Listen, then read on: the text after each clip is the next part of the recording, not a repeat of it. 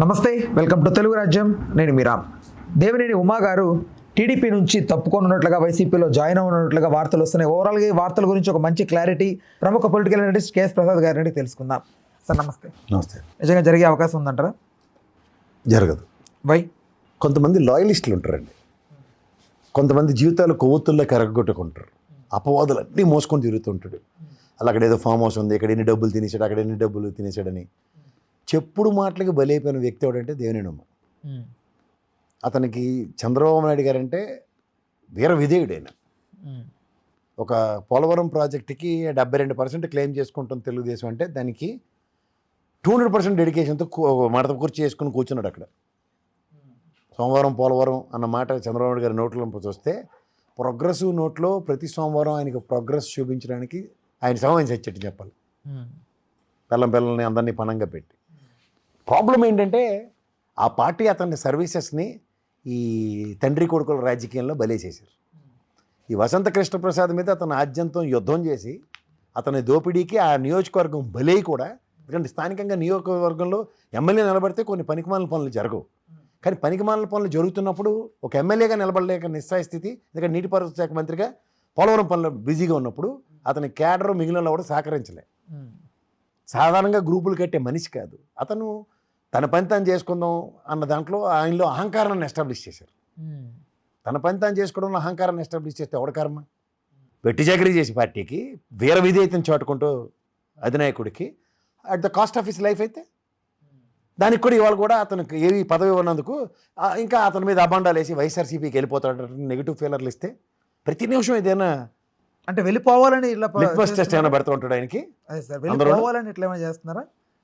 అదే చెప్తున్నానండి. ఇప్పుడు ఒక నాయకుడు అతని కళ్ళ ముందే ఇంకొక నాయకత్వ ప్రతిష్ఠ జరిగిపోయినప్పుడు ఆ నాయకుడు ఖచ్చితంగా తనకు అనిశ్చితే క్రియేట్ చేస్తాడు. తనది కానీ నియోజకవర్గంలో వేరే పరంగా వచ్చి తనది అని చాటుకున్న దగ్గర స్థానికతకి అతనికి ప్రభావం క్రియేట్ చేసే అవసరంలోనే ఉంటుంది. ఇప్పుడు మైలవరం నియోజకవర్గంలో గతంలో ఆయన ఎమ్మెల్యే మినిస్టర్. సో దానివల్ల ఏమవుతుంది? ఇప్పుడు ఆయన్ని 7 దాటిన తర్వాత బోడిమాలలోనే అతని సర్వీసెస్ అన్నీ నాట్ రికగ్నైజ్డ్. ఇప్పుడు వాళ్ళు చూస్తారు వీళ్ళు చూస్తారు అని చెప్తే ఒక పక్క మీరు నియోజకవర్గంలో దోపిడీలు చేసి ఎమ్మెల్యేలు కనబడుతున్నారు. మీకు దోపిడీ చేయకుండా అమాయకంగా ఉన్నందుకు డబ్బులు లేవు. డబ్బులు లేకపోతే రాజకీయ క్షేత్రంలో తొక్కేస్తామంటే తొక్కించబడ్డాడు అతను. ఏనాటికైనా ఎప్పటికైనా అధినాయకుడు నా మన్నలను ఎవరా అనుకున్న దగ్గర మన్నల కోసం అరువులు చేయవలసిన దౌర్భాగ్యం వస్తే ఎవరైనా చేస్తారు. ఎందుకు ఇంత అవిశ్వాసం అతనికి? అసలు ఫస్ట్ అతనికి అవిశ్వాసం కదండి. చెప్పుడు మాటలు ఎన్నో ఎవరో ఆయన అడగండి. చుట్టుపక్కల ఉన్నందరూ గోతులు దేవారు అతనికి. అతని పని అతను చేసుకోవడానికి అహంకారం ట్యాగ్ లైన్ ఇస్తే ఏం చేస్తాడు అతను? ఇంత రాజకీయ అనుభవంలో ఇవన్నీ గ్రహించలేకపోయారా ఉమా గారు? నమ్మిని కూడా మోసం చేస్తే ఇప్పుడు ఆయనకి అధినాయకుడి పట్ల వీర విధేయత ఉంది. ఇంకా ఆఖరికి తల కూడా ఆయనలాగా దూకుని తిరుగుతారు అతను. సో అలాంటి వ్యక్తికి నిజంగా చెప్తున్నాను, considerations from respective party has to be. అంతేకాని పార్టీ గుర్తించదు, పార్టీ అతన్ని ద్వంద్వ వైఖరిలో అనుమానాస్పదంగా చూస్తుంది. అలాంటి చెప్పుడు మాటలు ఇల్లుడి చెప్పుడు మాటలు అంటే ఇదెక్కడండి? పైపచ్చి అతని నియోజకవర్గంలో వేరే పార్టీ నుంచి అప్పటికప్పుడు వచ్చినోడికి రాత్రి ఆగమేఘాల మీద టికెట్ ఇచ్చి అతని క్రెడిబిలిటీని అతని క్రెడెన్షియల్స్ని క్వశ్చన్ చేస్తే పైపచ్చి ఇప్పుడు అదే పని ఎవడైతే చేసి వచ్చాడో ఆర్త్రూగానే ఇంకో డిఫరెంట్ ఫీలర్లు ఇస్తూ మళ్ళీ వైఎస్ఆర్సీపీకి వెళ్ళిపోతాడంటే టికెట్ ఇవ్వకపోతే రాత్రి తట్టబొట్ట చదువుకుని వెళ్ళిపోయిన వాళ్ళు ఎంతోమంది ఉన్నారు. ఇప్పుడు ఖచ్చితంగా చెప్పొచ్చు ఆయన దేవినేని నెహ్రూ గారి బ్రదర్ కాబట్టి, దేవినేని నెహ్రూ షర్ట్ పక్క ఉన్నాడు కాబట్టి వివక్షకు గురవుతున్నాడు అతను. ప్రతి నిమిషం అతనికి లిట్మస్ టెస్టే. నేను ప్రతి నిమిషం ఆయన ప్రూవ్ చేసుకోవాలి. ఇది ఎక్కడ దౌర్భాగ్యం? మూలాలు ఎక్కడి వరకు వెళ్తాయి? ఎక్కడికి వెళ్తాయి? ఎక్కడికి వెళ్ళు. ఆయన మూలాలు ఎప్పుడు తెలుగుదేశంలోనే ఉంటాయి. పర్యవసానాలు ఆయన అనుభవిస్తున్నాడు. పర్యవసానాలను అనుభవిస్తున్నాడు at the cost of his life, at the cost of his political career.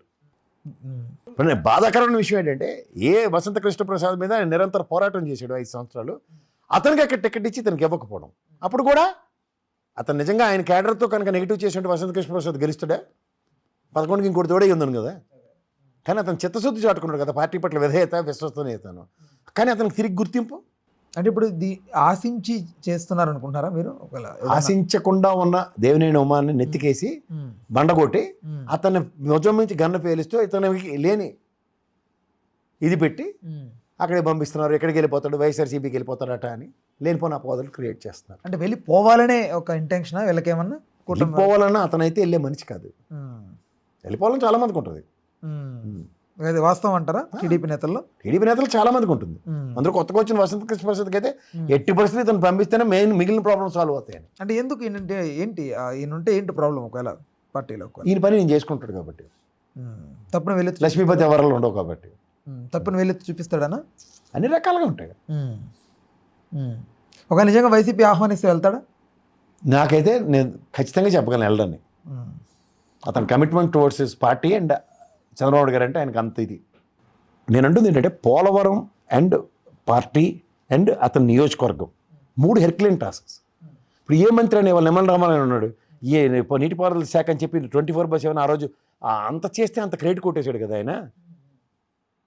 Military వాళ్ళు చేయలేని పనులు మా రామానాయుడు చేసేసారు, నేను చేసేసానని చెప్పి క్రెడిట్లు తీసుకున్న దగ్గర ఏం చేయగలిగారు? 3.5 లక్షల మందిని ఏమైనా పరిరక్షించగలిగారా? చెయ్యని దానికి అంత క్రెడిట్ తీసుకుని 72% పోలవరంకి నా వల్లనే జరిగిందని చెప్పుకునే అంత సామర్థ్యం ఈ దేవుని ఇచ్చిన తర్వాత కూడా అతని మీద ఈ రోజుకి కూడా ఇలాంటి అభియోగాలు మోపుతూ ఇండైరెక్ట్గా ఒక అన్నెసరీ డిబేటు డిస్కషన్స్ చేస్తుంటే ఎంతవరకు సముచితం, ఎంతవరకు సమంజసం? ఇప్పుడు దీంట్లోంచి అవుట్కమ్ ఎవరు డిరైవ్ అవుతారు? హ్యాపీగా పార్టీ అనేది పెద్ద సంస్థ అండి, దాంట్లో ఏం ఇటు అటు ఏమవుదు. ఇవాళ దేవినేని ఉమాల అటుడికి టికెట్ ఇవ్వకపోయినా మన పార్టీ కానోడికి వసంత కృష్ణప్రసాద్ టికెట్ ఇచ్చి కూడా పార్టీ పరంగా గెలిపించుకునే నేపథ్యం ఉంటుంది. కానీ ఈ వ్యక్తికి ఒక శక్తి లేని నిస్సహాయ స్థితికి డ్రైవ్ చేసి సామర్థ్యాన్ని ప్రతిసారి మెజర్ చేస్తామంటే ఎంతవరకు సముచితం? ఇప్పుడు ఏ మినిస్టర్ వాళ్ళ నియోజకవర్గాలు వదిలేసి ఇదే పనిగా 24 గంటలు ఒకే పని టాస్క్ పెట్టుకుని పనిచేశారా? ఎందుకంటే ఆంధ్రప్రదేశ్ వరప్రదాయని ఆ పోలవరం కనుక కంప్లీట్ అయితే మన తరాలు 10 రోజుల పాటు పట్టిన అన్నం తింటే అన్న దీంట్లో ఆ నేపథ్యంలో అతని కమిట్మెంట్కి వీళ్ళ పార్టీ అతనికి ఇచ్చిన గుర్తింపు, ఇది ఎంతవరకు సమంజసం? ఇప్పుడు నియోజకవర్గంలో అతను పనిచేయలేటే కదా, నియోజకవర్గంలో పనిచేయనట్టుకు గ్రూపులు ఏర్పడిపోయి ఎవరి మట్టుకాడు గోతులు తవ్వేసి అతను ఓటమికి కారణమైంది. ఎవరు కలెక్టివ్ రెస్పాన్సిబిలిటీతో పనిచేయలే. ఎవరికి చెప్పుకోవాలి ఈ బాధ? అధినాయకుడికి చెప్పుకోవాలి. అది కానీ అధినాయకుడికి పరిచయం పెడితే ఇప్పుడు మళ్ళీ ఇంకో దరిద్రం పెట్టారు, వైఎస్ఆర్సీపీకి పోతాడట. ఎందుకు పోతాడు? టికెట్ ఇవ్వకుండా వసంత కృష్ణప్రసాద్కి ఇస్తేనే వెళ్ళిపోవాలి అతను మనోభావాలకు గాయం అని వెళ్ళాడా? అది అతని కమిట్మెంట్. చాలా ఈజీ. ఆస్తులు కూడబెట్టేశాడు, ఫామ్ హౌస్లో ఉన్నాయి, ఓల్డ్ క్యాష్ అని ప్రూవ్ చేయండి అంటే ఆవిడ చెప్పడు. ఎక్కడున్నా చెప్పండి, ఠాగునిత్యమే. ఈ తపేల ఛానళ్ళు వాళ్ళకి కొంత సెట్ ఆఫ్ పీపుల్ ఉంటారు, నెగిటివ్ మాడ్యులేషన్స్ ఇవ్వాలి అంటే ఈ టాగునింతుతో ఫీలర్లు కొట్టి చిన్నపిల్లల బుర్ర ఖరాబ్ చేస్తారు, అంతకన్నా ఇంకేం లేదు.